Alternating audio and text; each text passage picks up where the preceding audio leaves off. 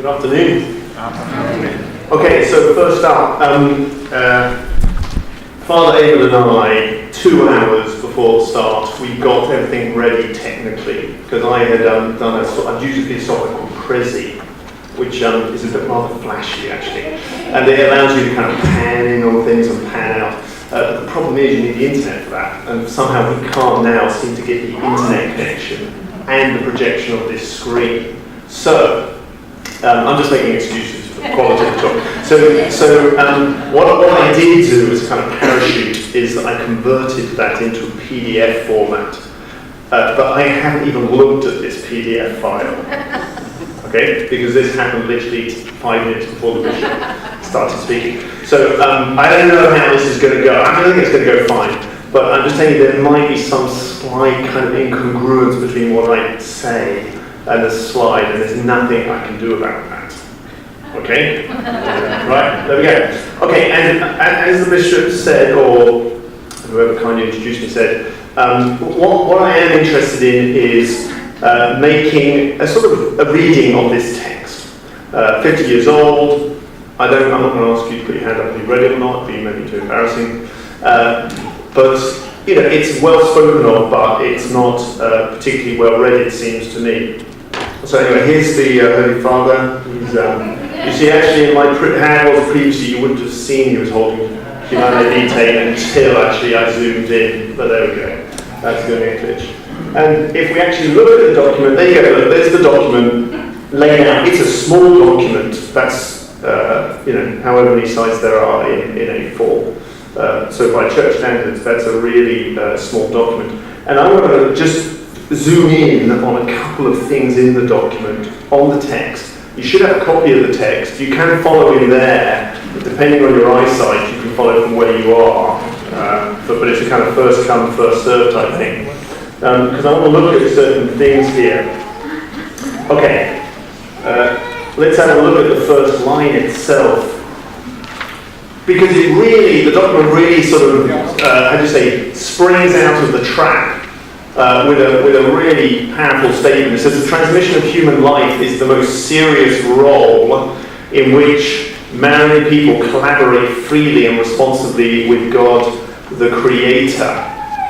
You know, why is the church interested in what goes on in the bedroom? You sometimes hear that church should be interested in what goes on in the bedroom. God should not be interested in what goes on in the bedroom. I mean, strangely enough, we're now in a situation where actually the sexual revolution would have said that we're not interested in what's going on in the bedroom. We're now in a situation where they're actually saying, yeah, come on in the bedroom. We want you to affirm all the type of things which go on in our bedrooms, whether they be legitimate or not. A kind of strange thing has happened there, from stay out of the bedroom to now please publicly justify things we do in the bedroom. But yeah, there is a truth that the church is interested in what goes on in the bedroom, and God is very interested because it's about the transmission of human life. And a married couple have been given a most serious role in this. That word role is very poor in a way as an English translation of the word. The Latin is munus, gravissimum, or most sort of serious, heavy, gravitas, munus. But munus really means office. So if you look how that is also translated elsewhere, this is from Lumen Gentium, it says, just as the office granted individually to Peter, first among the apostles, was also the office given to the apostles. Yeah, role, was Peter given a role? Yeah, he kind of was, but he was given an office, a state within God's plan, with authority and with a demand to respond to it generously. And that's really what, I think that is the key idea in Humanae Vitae, that God is interested in the transmission of human life. He has an inbuilt interest, and in his insanity, he has cooperated with creatures in that. He's given it over to creatures in order to actually determine the transmission of eternal beings. Yeah? So it immediately gives a certain dignity to what it wants to talk about. It's an office of transmitting human life. Now this is going to be a problem because my PDF is going to actually put images on top where they shouldn't be until we've read the text. But there's nothing I can do about that. Yet, why did we get into, why did Humanae Vitae appear on the scene, or it's because there were certain changes going on in society. Population growth, the question of the dignity of women, the question of the dominion of our power over nature. How far can we dominate nature? Send people to the moon, why shouldn't we dominate fertility? So these were kind of new questions, and of course the advent of hormonal contraception at least put before the church, put before society, the question again. And so that's why we see, he says, in the third paragraph, would it not be right to review the moral norms in force until now, especially when it is felt that these can be observed only with the gravest difficulty, sometimes only by heroic effort? So the question comes up anew. So, wasn't considered at the Second Vatican Council. John XXIII reserved the question for a papal commission, and Paul VI, at the death of John XXIII, continued at that. Okay. The Church has a right to speak into this issue because she is the authentic interpreter of the natural law. Her power to determine things definitively cannot be limited purely to matters of purely faith and revelation. Why? Because she has been given the universal task to save all mankind. She has to have in her toolbox all the tools she needs for the job. She has to have in her weaponry all the weapons she needs for the fight, or whatever analogy you want. And we know from the Lord himself that while we are not saved by good works, we are not saved without good works. Yeah? We're saved freely by grace, but not if we are not doing the works that God has asked us to do. That's very clear at the end of Matthew's Gospel. And so the Church has a competency in the moral law. Now, I've highlighted this, so the higher highlighter says, no member of the faithful could possibly deny that the Church is competent in her magisterium to interpret the natural moral law. I mean, that's from another era, yeah? But that is the truth of the matter, that the Church has this competency. Clearly, I think Paul VI, I mean, he looks shocked in that picture at least. I don't think perhaps he was expecting such a kind of reaction to it, but part of the reaction becomes a question of competency. And we had these special studies. This is in paragraph 4.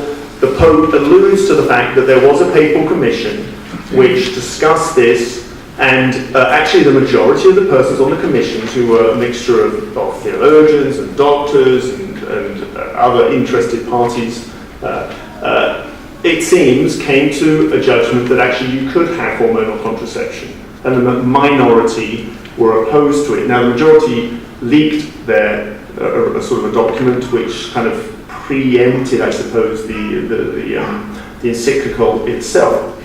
But in the document Humanae Vitae, Paul VI makes it very clear that, look, this group is not the magisterium. Only the apostles and the successors of the apostles, and particularly, of course, the successor of St. Peter, have the charism of being immune from error when they make a judgment on important matters. When they engage in top gear, their power of teaching, only they, the Lord reveals to us, have the ability to be immune from error. So he can take what they said into consideration, he's saying, but it can't be the definitive answer.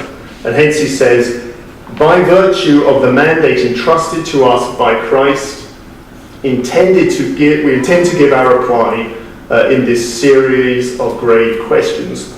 Now, here he says, by virtue of the mandate entrusted to us by Christ, in my opinion, this is my opinion, he is really engaging his charism of infallibility. I don't think to define something which is disputed, but to point out that this is the perennial teaching of Christian faith. And anything which is perennially taught in Christian faith is by that very fact irreformable and definitive.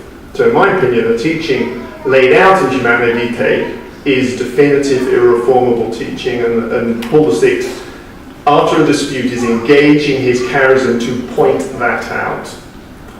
I think that's what's going on. He's pointing out that he's the Pope, successor of Peter, and he has the capacity to do that. Excuse me. Okay, then he gets to the real heart of the encyclical, and the heart of the encyclical is the issue of the doctrine. And here he approaches it in an interesting manner. And now this is a real shame that the internet's not working. So at this point I had the song blaring out through the speakers here. Does anyone know this motley group? No. It's Foreigner, and you would have the song, you know, I want to know what love is. I want you to show me. Do you remember that song? Yeah. I mean, obviously still rocking after all those years, because these guys are as old as me. Anyway, so we don't get that. Never mind. The point is this: how does he go about answering the question? He says, well, there's two things we have to consider. He says, I'm not sure, okay, now I've got to go back. He says, and since in an attempt to justify artificial methods of birth control, many appeal to the demands of married love or responsible parenthood, these two important realities of married life must be accurately defined and analysed. It's an interesting mode of operation, because what he says is, let's consider what people are saying justify contraception and have a look at those things. It's an honest way of dealing with your adversary. Yeah? And he says, well, they're saying married love demands that we have contraception permitted, because if we don't have it, people aren't going to have intimacy and they're going to fall out of love, etc. Yeah, it's a plausible argument. And he says, the other people are saying, look, responsible parenthood, we've got to be responsible with our resources, the population is growing, responsible parenthood is something proper to parents, and that also demands contraception. Yeah? So he says, well, let's have a look at those two elements. Now, I'm not going to major so much on the question of married love, because my colleague, Dr. Federica, is going to concentrate on that, but I'll just show you very basically what he does then. He says, okay, let's have a look at married love. Married love has four components to it. It's got to be human. We're not like the animals. It's got to be total. It includes physical elements, emotional elements, psychological elements, spiritual elements. It has to be faithful and exclusive. And finally, here we go, human total, faithful and exclusive. It has to be fecund. Yeah? Fecund, I'm never sure how to pronounce that word. And that seems to be an important one here. The marital love, as Dionysius says, the good is diffusive of itself. Something which is good just bubbles out and boils over and kind of spreads itself. Friendships which are wholesome and good, they include other people. Yeah? And so marital love, he says, is by its definition fecund. It's bubbling over. Yeah? And that's going to have something to play into the question of whether contraception is compatible with married love or not. There we are. He also says in regard to responsible parenthood, it has to be rightly understood. What do we mean by responsible parenthood? It can mean having less children. It can mean having more children, in fact. Yeah? Certain societies need their couples to have more children. But the point here, it seems to me, is this phrase, stakeholders. Now, of course, he doesn't use that phrase. I'm using it. But I think it's what he's talking about. Again, go back to the first line. As a married couple, you have an office to transmit human life. Others are depending upon you to do that. Society needs you to do that. Your own kids need you to do that. Very often your spouse needs you to do that. And God needs you to do that. And so the point is, there are stakeholders in my fertility. Yeah, I searched this the other day on the internet because I think Robert Barron says this, but I couldn't find it. So if he doesn't say it, I'm claiming it as something I invented in my dreams. Okay? I thought he said this phrase, which goes like this: your life is yours, but it's not about you. Yeah, I don't know if he says it, but I think it's true. Yeah, it's your life, but it's not about you. It's your fertility, but actually it's not about you. Or at least not just about you. Responsible parenthood means there are stakeholders in the use of that incredible gift we are given to transmit human life. And in the blue it says, what? Towards God. Towards themselves, towards the family, and towards human society. And this means that we can't simply proceed in using our fertility on our own terms. Yeah? That seems to be a key move in the document. In 11 and 12, we really get the norm. Yeah, he drops the norm in. How, if you say, well, I want something to sort of guide me in understanding how this should all work. 11 and 12 give us the norm. In 11 he says, each and every marital act must of necessity retain its intrinsic relationship to procreation of human life. I.e., if you use that faculty, the generative power that you have, you must use it respecting its inbuilt telos, its inbuilt trajectory towards procreation. 12 goes on a bit further. This particular doctrine, often expounded by the magisterium of the Church, is based on the inseparable connection established by God, which man of his own initiative may not break, between the unitive significance and the procreative significance. An added detail, it's not just about, human sex is not, or human generative power is not just about procreation. Clearly, it's also about union. It's about both. In fact, that's what makes it different from animal reproduction. Animal reproduction is purely about generation. Human reproduction is human by the fact it has an added dimension. It's about union, but it doesn't lose its procreative dimension by adding the human dimension of union. And these things are, it says, this is a result of laws written into the actual nature of man and woman. What's going on here? God, the creator, the rational creator, puts his purposes into his creation. He designs things in a certain way, and we as creatures have a responsibility to look into that and to conform our activity to the very purposes that he has given things. And that's why I've got my little diagram here. I'm very proud of this. The point here is the triangle is God. God creates things in a certain way, and we as rational beings are able to read that out and then have an obligation to conform ourselves to how things are. That really diagram just summarizes the whole notion of the natural law. It might be out of fashion, but basically I don't care. It's true. Yeah? And there are things that we can add to our arguments in regards to matters of human sexuality and human life, but they should never, I think, jettison the basic foundational arguments which are structured on natural law, because they are the fundamental theist view of the world, that God as a rational being creates things in a certain way. And we as rational creatures can understand that, and keeping the proper relationship between creature and creator, conform ourselves to how he has made things.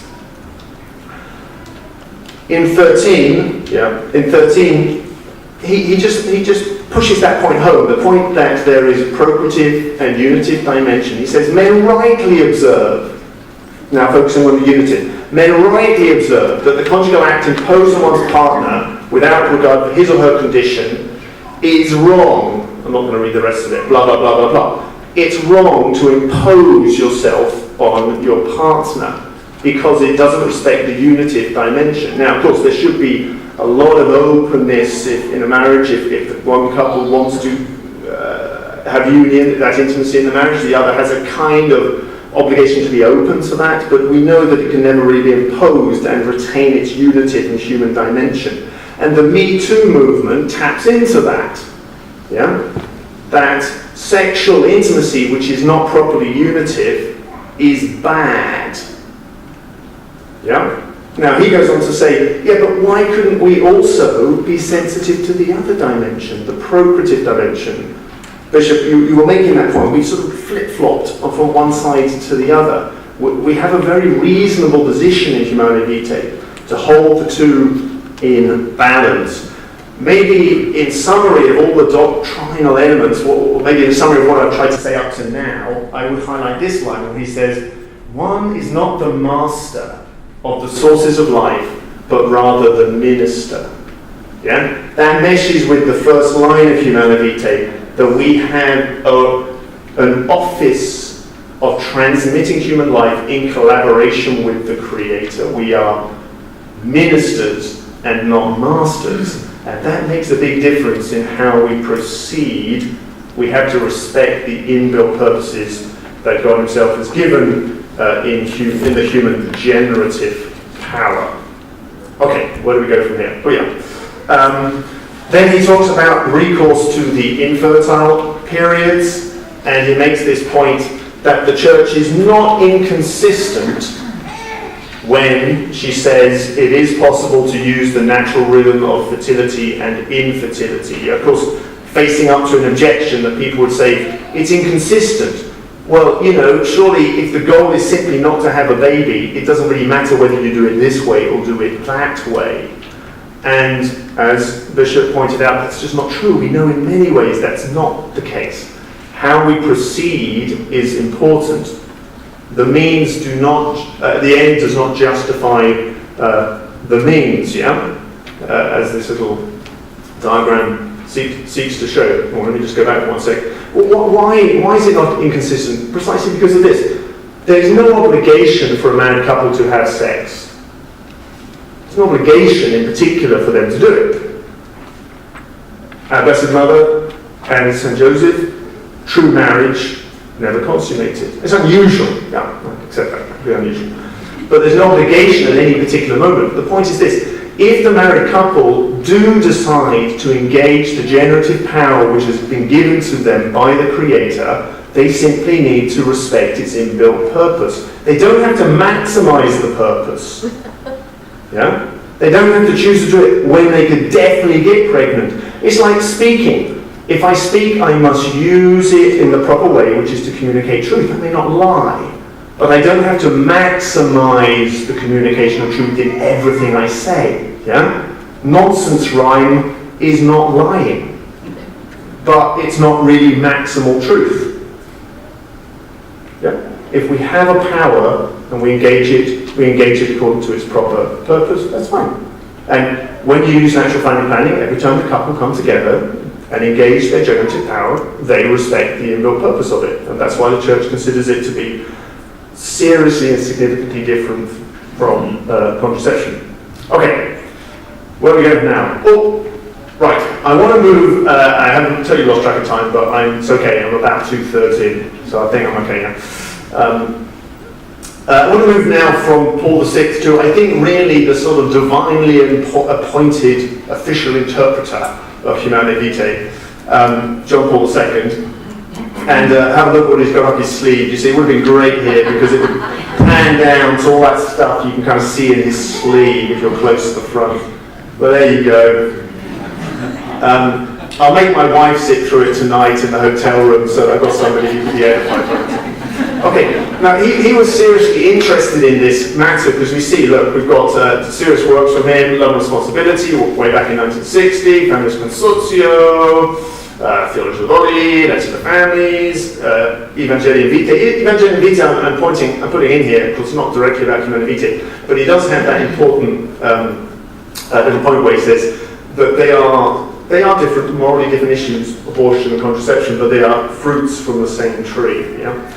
I just got that there's a new book published by Janet Smith, or edited by Janet Smith, called Why Humanae Vitae is Still Correct or Still Right, or whatever it's called. I have a chapter in there which is precisely on the connection of contraception and abortion. So if you're interested, I mean, you know, it's not trying to promote myself, but have a look at that. It's just it's reasonably good. But actually, the argument I make is that I don't think there's so much fruits of the same tree. I think the contraception is the root of the tree. Yeah, so that's the kind of, I'm going with that one. Okay, so I want to have a look at what John Paul II says, because I think there's various points where he comes into Humanae Vitae and sort of adds a certain dimension to it. And I just want to very, very briefly lay that out. Paul VI says in Humanae Vitae, it is the whole man and the whole mission to which he is called that must be considered. He says this prior to laying out the doctrine. Yeah? You can't answer the question of Humanae Vitae abstracting for what a human being is. You've got to know what a human being is. And that will determine how a human being should act, because act always follows on from being. John Paul II makes a seriously similar point in Familiaris Consortio when he says, between contraception and recourse to the rhythm of the cycle, let's say natural family planning, is a difference which is much wider and deeper than is usually thought. One, which involves, in the final analysis, two irreconcilable concepts of the human person and of human sexuality. What's he saying? He's saying, okay, if you sort of think contraception is just kind of basically normal, it's like having cars and using the internet. So you just think it's kind of a normal way of human behavior. And on the other hand, you don't think it's a normal way of human behavior. Hey, get into dialogue with somebody and you'll see that underneath both of those positions is actually a very different understanding of the human person. So I think it's one of the reasons why the church has, you might say, harped on, some people don't think harped on enough maybe, but harped on so continuously about contraception is because actually something even more fundamentally important lies underneath it, the vision of the human person. That was definitely John Paul II's understanding of the matter. And I picked here 3 different quotes which I think show that. So the question is, what is the difference? What is the anthropology which is under Humanae Vitae, which is so different from the anthropology under a sort of contraception is a normal way of human behavior kind of mentality? Well, he says in Familias Consortio, those who use contraception, become arbiters of the divine plan. We've seen this. It's a question of whether you are the creature or the creator. Did you create the purpose of human generation, or are you prepared to, as it were, come under God and respect its inbuilt purpose? Yeah? It's a different anthropology. Do we create ourselves? Are we ultimately unlimited in our freedom to create ourselves? Or are we actually determined in many ways, including having certain powers, like generative power, like speech, which are determined for us? Yeah, different anthropologies. The other thing, again, I don't know whether Dr. Berry should go against this, but I want to be sort of chivalrous and not go too far into training, and she might want to get into, is this key idea in John Paul II that actually he focuses, yes, on the action of contraception and why it's problematic, but he focuses even more on the actors. What are the people saying when they are behaving in a contraceptive manner, or what are they saying when they are behaving in a non-contraceptive manner? Yeah, what are the spouses saying? So we have this idea of the language of the body, and his position is in contraception you kind of overlay what should be a statement from the very core of the spouse, I totally give myself to you, to a kind of reservation in self-giving. Now this has an anthropological root, see, because for him, he's thinking like this: God is the ultimate self-giver in creation, in the incarnation. We are created in the image and likeness of God. Therefore, kind of watermark through our very being is the idea that we are called to make a gift of ourselves, and in a fundamentally radical way in marriage. And contraception sort of corrupts that, erodes that. So there's a kind of anthropology of the human is made for self-gift, perhaps the human is made for consumption. Yeah, and of course I'm exaggerating it to make the point, but I think it really is a different anthropology underlying the two views of the universe. Another one, he talked in Letter to Families to this idea of a new Manichaeanism. What does he mean by that? He's thinking, look, contraceptive has a kind of dualistic flavour to it, meaning what? Meaning that it sort of separates the proper profound union of person and body, soul and body. How so? Well, because somebody says this, in marital intercourse, I want to have a personal connection with you, but I want to take out of that equation a fundamental dimension of my body, my generative power.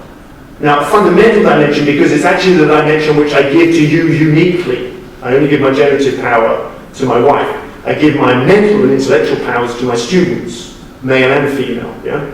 So the generative power, which is part of the body, is something I uniquely have given only to my wife. If I was to use contraception, John Paul II would say to me, look, how can you say you're going to have a personal meeting, but deny that part of the body? You must be thinking that somehow the body is not fully personal.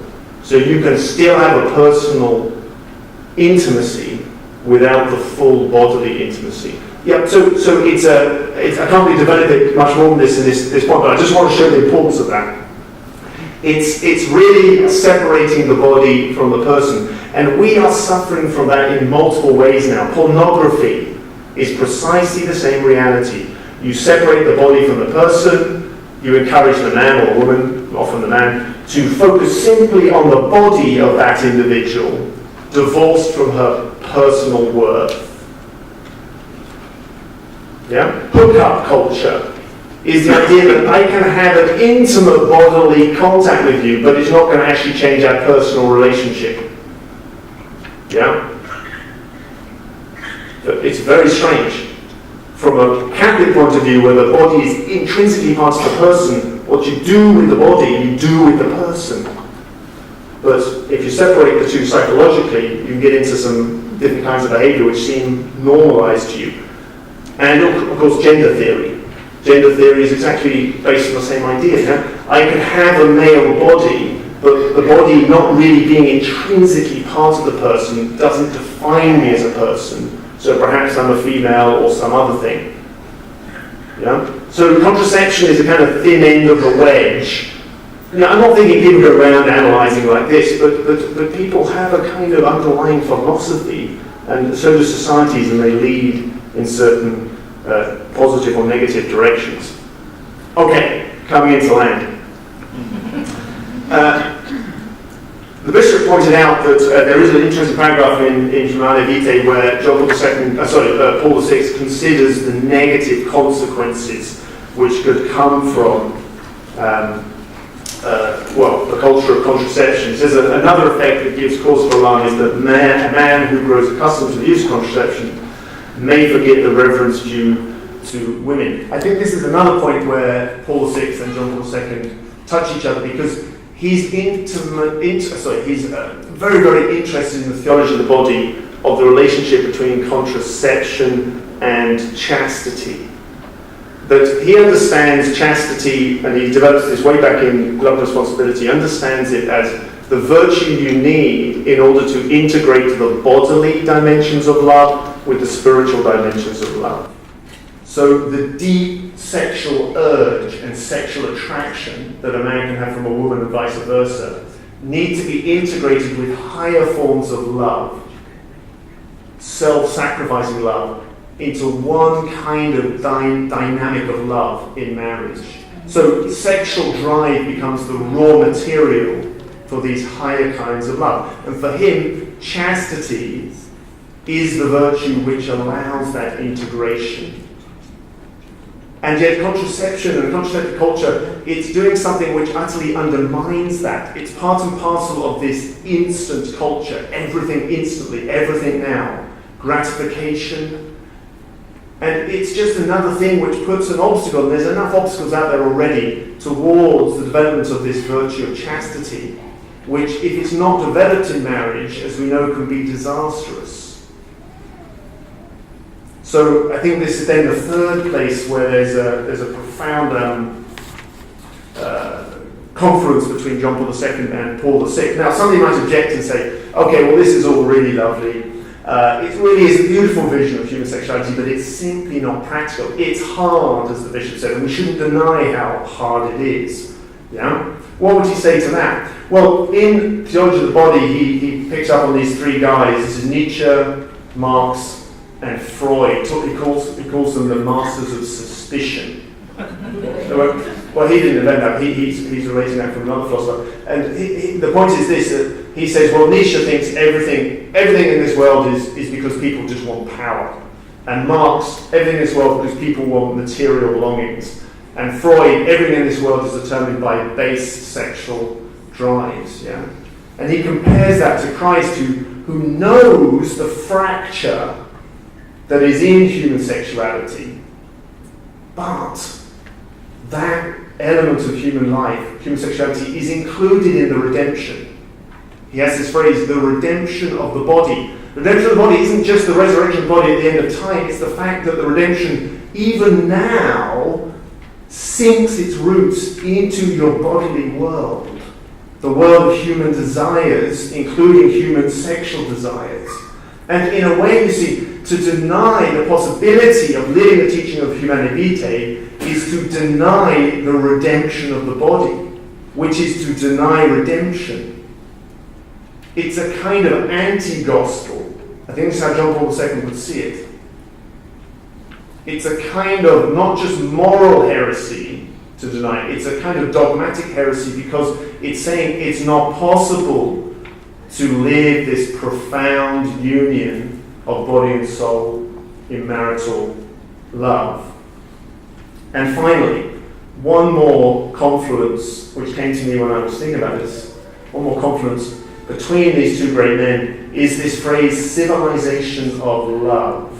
Civilization of love is a phrase popularized by John Paul II, but actually was coined by Paul VI on Pentecost Sunday in 1970. What is a civilization of love? It's a civilization in which virtue is injected into the very heart of the civilization. Something we absolutely need. We cannot have a real civilization which is just about following rules.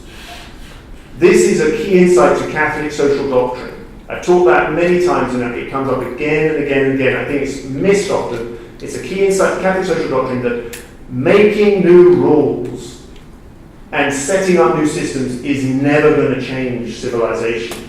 There has to be an interior conversion of the people who make up the civilization. Benedict XVI makes this point in Caritas in Veritate because he says, look, multinationals, you can't regulate them anymore. You make a labour law in Ireland, well, they'll go over to Vietnam.